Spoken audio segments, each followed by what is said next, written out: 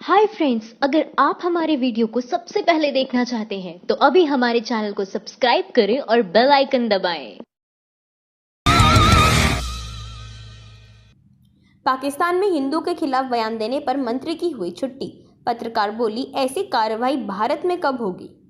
पाकिस्तान के मुस्लिम मंत्री को हिंदुओं के खिलाफ अपमानजनक टिप्पणी करना महंगा पड़ गया है। इसके लिए उन्हें पाकिस्तान तहरीक-ए-इंसाफ के नेतृत्व वाली पंजाब सरकार ने सूचना मंत्री के पद से हटा दिया है।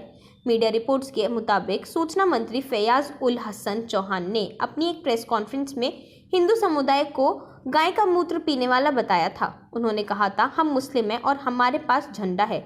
झंडा है मौला अली की बहादुरी का, झंडा है हजरत उमर के शौर्य का। तुम हिंदुओं के पास यह झंडा नहीं है, यह तुम्हारे हाथ में नहीं है।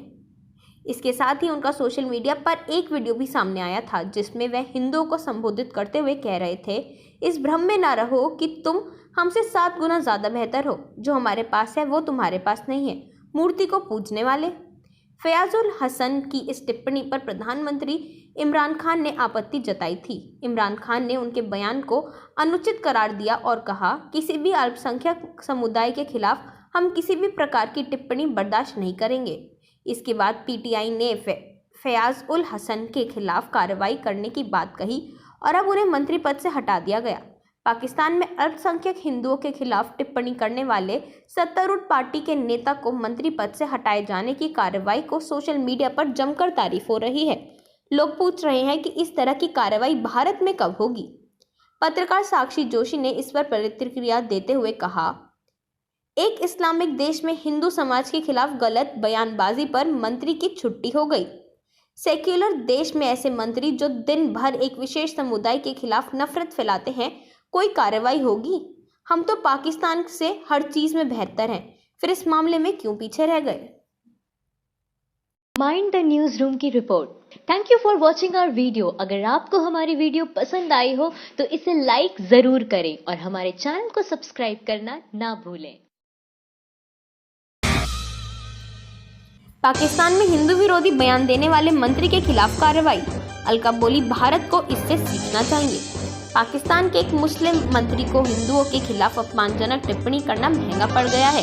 इसके लिए उन्हें पाकिस्तान तहरीक-ए-इंसाफ के नेतृत्व वाली पंजाब सरकार ने सूचना मंत्री के पद से हटा दिया है। मीडिया रिपोर्ट्स के मुताबिक सूचना मंत्री फैयाज उल हसन चौहान ने अपनी एक प्रेस कॉन्फ्रेंस में हिंदू समुदाय को गाय का मूत्र पीने वाला बताया था। उन्होंने कहा था, हम मुस्लिम हैं और हमारे पास झंडा है। झंडा है मौला अली की बहादुरी का, झंडा है हजरत उमर के शौर्य का। तुम हिंदुओं के पास ये झंडा नहीं है, ये तुम्हारे हाथ में नहीं है। इसके साथ ही उनका सोशल मीडिया पर एक वीडियो भी सामने आया था जिसमें वह हिंदुओं को संबोधित करते हुए कह रहे थे, इस भ्रम में ना रहो कि तुम हमसे 7 गुना ज़्यादा बेहतर हो। जो तुम्हारे पास है वो हमारे पास है, मूर्तियों को पूजने वाले। फैयाजुल हसन की इस टिप्पणी पर प्रधानमंत्री इमरान खान ने आपत्ति जताई थी। इमरान खान ने उनके बयान को अनुचित करार दिया और कहा, किसी भी अल्पसंख्यक समुदाय के खिलाफ हम किसी भी तरह की टिप्पणी बर्दाश्त नहीं करेंगे। जिसके बाद पीटीआई ने फैयाज उल हसन के खिलाफ कार्रवाई करने की बात कही और अब उन्हें मंत्री पद से हटा दिया गया। पाकिस्तान में अल्पसंख्यक हिंदुओं के खिलाफ टिप्पणी करने वाले सत्तारूढ़ पार्टी के नेता को मंत्री पद से हटाए जाने की कार्रवाई को लेकर सोशल मीडिया पर जमकर तारीफ हो रही है। लोग पूछ रहे हैं कि इस तरह की कार्रवाई भारत में कब होगी। आम आदमी पार्टी की विधायक अलका लांबा ने इस पर प्रतिक्रिया देते हुए भारत के उन हिंदुत्ववादी दलों पर हमला बोला है जिनकी सियासत ही मुसलमानों को भरा बुरा कहने पर टिकी है। उन्होंने ट्वीट कर लिखा, भगवाधारी संधि भक्त, दोस्ते के अनुयायी वाजपेयी हिंदूवादी संगठनों, क्या कहना है तुम्हारा इस इस्तीफे के बारे में। हिंदू मुस्लिम मामले में तुम्हारा दुश्मन ही तुम्हारा बाप निकला। सीखो कुछ दुश्मन से भी, अगर इससे इंसानियत का भला होता है तो। कोई और तारीफ मत करना नहीं तो। सेंट्रल स्टैटिस्टिक्स ने जारी किए आंकड़े। 14 साल पहले की स्थिति में पहुंचाया देश, निवेश भी न्यूनतम स्तर पर। भारत में विकास करने के नाम पर सत्ता में आए नरेंद्र मोदी जाते जाते देश को वर्षों पहले की बेहतर स्थिति में पहुंचाकर जा रहे हैं। हाल ही में सेंट्रल स्टैटिस्टिक्स ऑफिस ने वित्त वर्ष 2018-19 के आंकड़े पेश किए हैं जो बताते हैं कि देश की अर्थव्यवस्था की हालत 14 वर्षों पहले की स्थिति में पहुंच चुकी है। ये आंकड़े ग्रामीण और शहरी दोनों क्षेत्रों में खराब स्थिति में जा रहे थे। ग्रामीण क्षेत्र की बात करें तो आंकड़े से ये तो सामने आया है कि देश के किसानों की आय पिछले 14 वर्षों में सबसे कम रही है। साथ ही ये भी पता चला है कि देश में नया निवेश पिछले 14 सालों में सबसे कम रहा।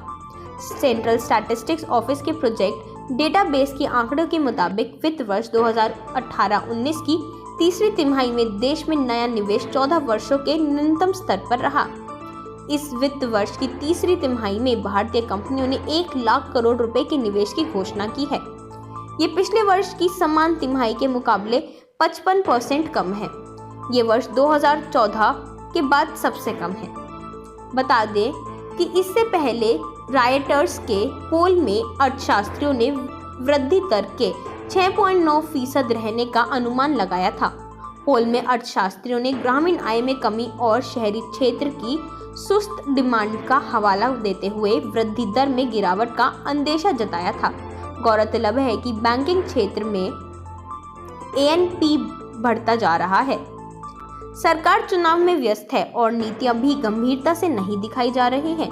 इस कारण परियोजनाएं लटकी हुई हैं। इसका प्रभाव यह है कि भारत उद्योग क्षेत्र ठंडा पड़ रहा है और निवेश नहीं हो रहा है। बाजार ठंडा पड़ रहा है और नई परियोजनाओं की घोषणा नजर नहीं आ रही है। सितंबर तिमाही की तुलना में दिसंबर तिमाही में निजी क्षेत्र में परियोजनाओं की घोषणा में 60% की कमी आई है। मतलब स्थिति हर तिमाही में बिगड़ती जा रही है। विपक्षी नेताओं को चीर देने की धमकी दे रही है गोदी मीडिया। लिखा, दूध मांगोगे तो खीर देंगे, सबूत मांगोगे तो।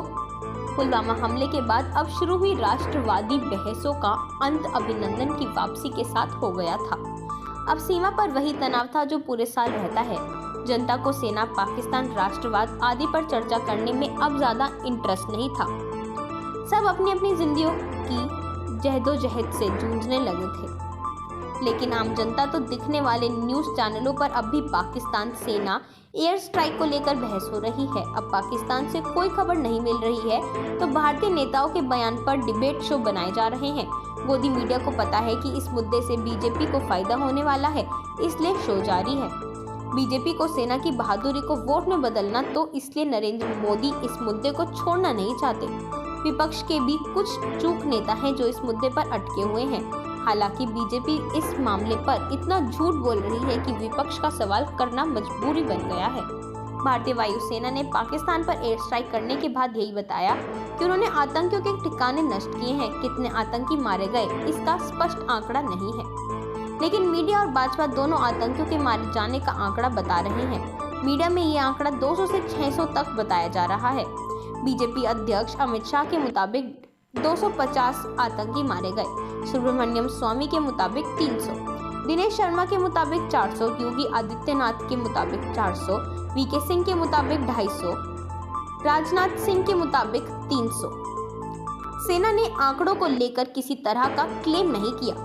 जनता को फिर भी अपनी सेना की बहादुरी पर कोई शक नहीं था और ना ही है। लोग सेना की बातों से संतुष्ट हैं, लेकिन जब बीजेपी की तरफ से आंकड़ा बताया जाने लगा तो लोगों ने आंकड़ों का सबूत मांग लिया। अब सबूत मांगने वालों को बीजेपी गद्दार बता रही है, सेना का मनोबल तोड़ने वाला बता रही है, जबकि सेना ने तो कोई आंकड़ा दिया ही नहीं, इसलिए सेना से कोई सबूत मांग ही नहीं रहा। आंकड़ा तो भाजपा दे रही है, इसलिए सबूत भी भाजपा से मांगा जा रहा है। लेकिन मीडिया हमेशा की तरह भाजपा से किए जा रहे सवाल को सेना पर लेकर जा रही है। 5 मार्च को आज तक के शो दंगल में डिबेट का मुद्दा था, दूध मांगोगे तो खीर देंगे, सबूत मांगोगे तो चीर देंगे। लिखा नहीं गया, समझदार जनता पर छोड़ दिया गया कि वो खाली जगह को भर लेगी।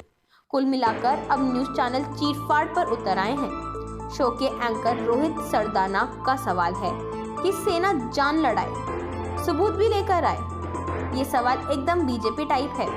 कोई सेना से सबूत नहीं मांग रहा है क्योंकि सेना ने कोई आंकड़ा ही नहीं दिया।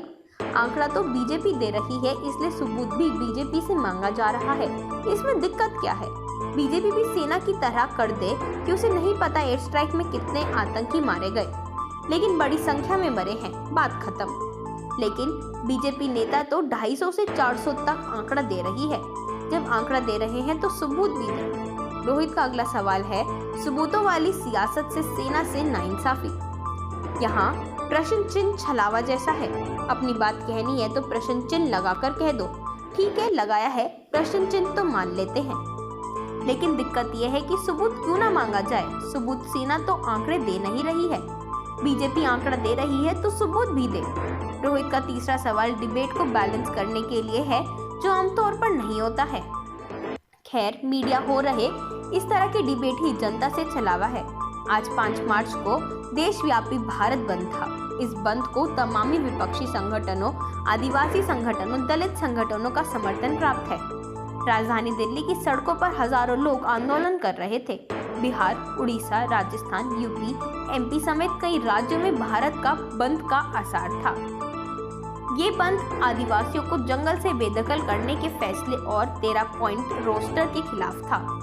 आज के भारत बंद की वजह से मोदी सरकार बैकफुट पर दिखी, लेकिन मेन स्ट्रीम मीडिया में इस भारत बंद पर चर्चा नहीं हो रही है। क्यों? युवा रोजगार के लिए लगातार प्रदर्शन, आंदोलन कर रहे हैं। आशा, आंगनवाड़ी महिलाएं पीएम के झूठ के खिलाफ प्रदर्शन कर रही हैं, लेकिन गोदी मीडिया ये मुद्दे गायब हैं। बचा है सिर्फ कथित राष्ट्रवाद। ये बात सही है कि टीवी मीडिया जनता विरोधी हो चुकी है। अहमद पटेल ने पूछा, क्या पीएम मोदी के कार्यक्रम पूरे होने का इंतजार कर रहा है चुनाव आयोग? कांग्रेस के राज्यसभा सांसद अहमद पटेल ने चुनाव आयोग की निष्पक्षता पर सवाल खड़े किए हैं। उन्होंने कहा कि चुनाव आयोग लोकसभा चुनावों की तारीखों का ऐलान इसलिए नहीं कर रहा है क्योंकि वह प्रधानमंत्री नरेंद्र मोदी के यात्रा कार्यक्रमों के पूरा होने का इंतजार कर रहा है। इसके साथ ही अहमद पटेल ने यह भी दावा किया कि मोदी सरकार राजनीतिक सभाओं के लिए सरकारी कार्यक्रम का इस्तेमाल कर रही और सरकारी खजाने का दुरुपयोग कर रही है। कांग्रेस नेता ने सोमवार को ट्वीट कर पूछा, क्या चुनाव आयोग आम चुनाव के लिए तिथियों की घोषणा से पहले प्रधानमंत्री के आधिकारिक यात्रा कार्यक्रमों के पूरा होने का इंतजार कर रहा है? अहमद पटेल ने आरोप लगाते हुए कहा, सरकारी कार्यक्रमों का इस्तेमाल राजनीतिक सभाओं, टीवी, रेडियो और प्रिंट पर राजनीतिक विज्ञापनों के लिए हो रहा है। ऐसा लग रहा है कि चुनाव आयोग सरकार को पूरी छूट दे रही है कि वह आखिरी मिनट तक पैसे का उपयोग करे। बता दें कि पिछली बार मार्च के पहले सप्ताह में लोकसभा चुनाव की घोषणा हो चुकी थी। एक बार चुनावों की तारीखों का ऐलान होने के बाद किसी नई सरकार योजना की घोषणा नहीं कर सकती। माना जा रहा है कि चुनाव आयोग इस वजह से चुनाव की तारीखों की घोषणा करने में देरी कर रही है ताकि केंद्र की मोदी सरकार को अपनी योजनाओं को घोषणा करने का समय मिल जाए। इससे पहले भी चुनाव आयोग की निष्पक्षता पर सवाल उठते रहते हैं। कांग्रेस व अन्य विपक्षी पार्टियां ने साल 2017 में गुजरात विधानसभा चुनाव की तारीखों की घोषणा में देरी के लिए चुनाव आयोग की निंदा भी की थी। माइंड द न्यूज रूम की रिपोर्ट। Thank you for watching our video. अगर आपको हमारी वीडियो पसंद आई हो तो इसे लाइक जरूर करें और हमारे चैनल को सब्सक्राइब करना ना भूलें।